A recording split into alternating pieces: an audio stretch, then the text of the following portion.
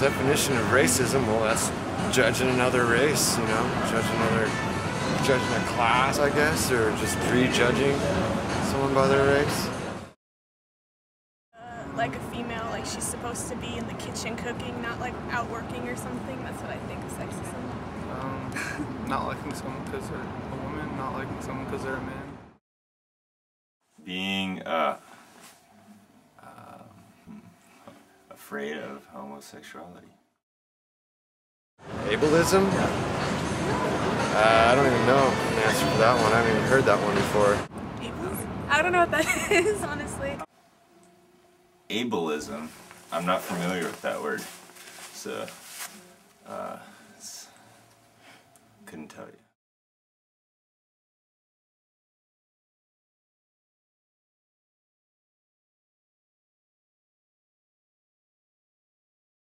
Ableism is an attitude in which people believe that people who have disabilities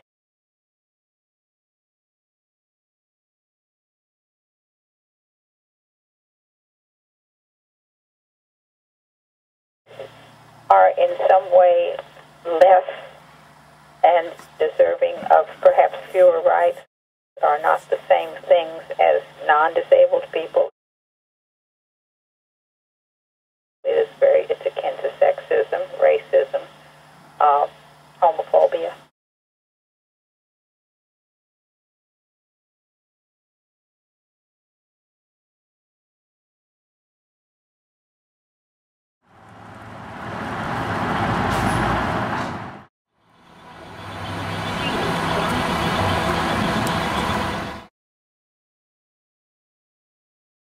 We run a program for adults that have developmental disabilities, and the goal is to help each consumer be as independent as they can. So that could be a part of academics, workability, community integration, socialization, and life skills. And then we tried to have kids for about 10 years, and then we finally had a kid. And we got pregnant through in vitro fertilization after a long, long try. Somewhere between 19 and 20 weeks of pregnancy, when the phone call came from the geneticist that said, you are pregnant with a boy that has Down syndrome. All through the process, the interactions with the medical community had been, well, I'd say difficult. Well, you definitely want to have this test because you're at risk for having a child with abnormalities. And obviously you don't want a child with any abnormalities because we want everybody to be perfect. Sometimes when someone is physically different or they don't respond the way someone expects them to respond, it may be interpreted as not normal or not beautiful.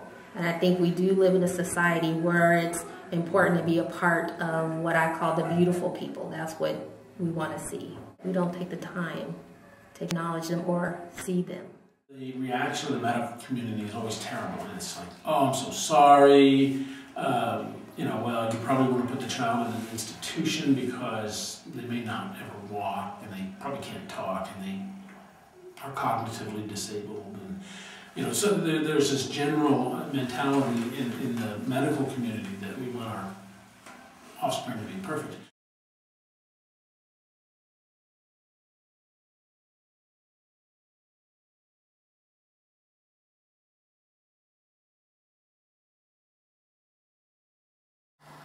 The root cause of ableism, the root cause of disability discrimination is fear. I know in the years in which I was in the disability rights movement, disability rights activists had a saying, which I think was very true. They said, people know that they're not going to become a different race. Men know they're not going to wake up one day and become women. But people always have in the back of their mind, I could become disabled. I could have a disability. And so we have a natural psychological tendency to find a way to distance ourselves from people whose differences we feel that we might someday be vulnerable like them. The workplace, maybe more than educational settings, is still an area where we see a lot of ableism. The Americans with Disabilities Act was a very good start. I think on the whole, it has had a lot of setbacks in the court. Judges don't see it as a civil rights law. They see it sort of as a way to give people special benefits, and they get those special benefits if they're deserving, which is not at all what civil rights is about. And I don't know if that is shy that there is such a thing as ableism. They tend to think that's just the way things are.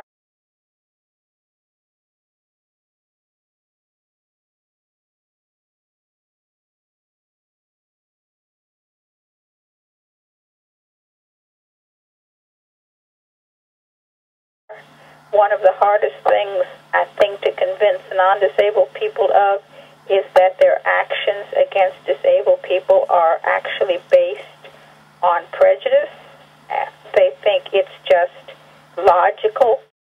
Someone, for example, wants to get a job and they need an accommodation in terms of maybe having different hours. They can't see that denying that is a form of discrimination.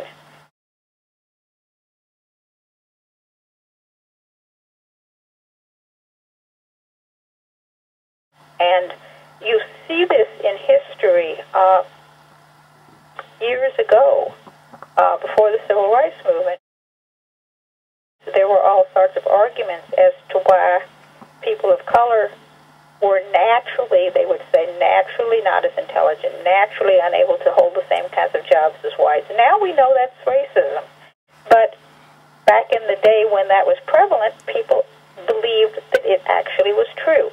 I think that is where we are with ableism. Chevron in particular, but I think industry in general, they want people who can capably do the job. People with disabilities like Down syndrome and cognitive disabilities are rarely seen in that environment.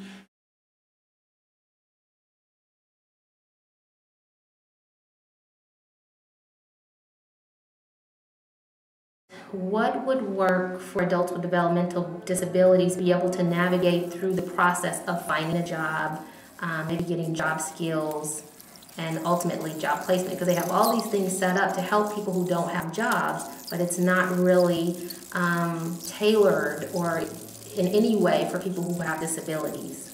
So they're trying to look at how come it's not working, and we're glad to be a part of trying to figure out that process so that it can work. There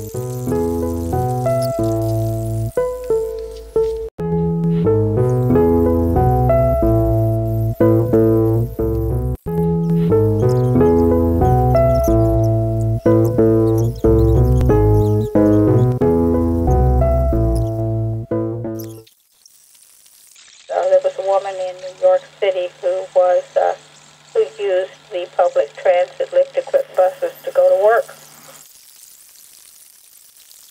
She would wait at the bus stop, and a lot of times the lift-equipped bus would not stop for her. And sometimes she'd wait for 2 or 3 buses to pass, and none of them would pick her up. And then one day, one did stop, and she got on.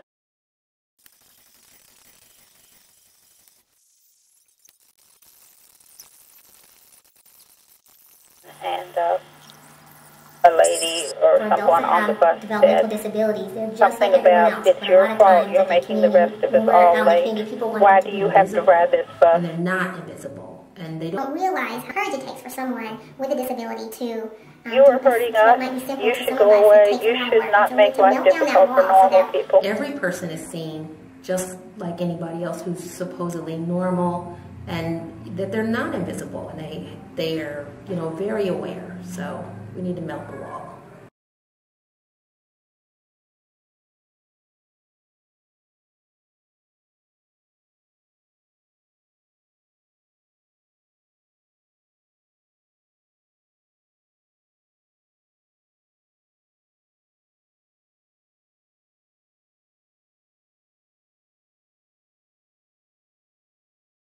The biggest problems with fighting ableism is people don't believe believe it exists.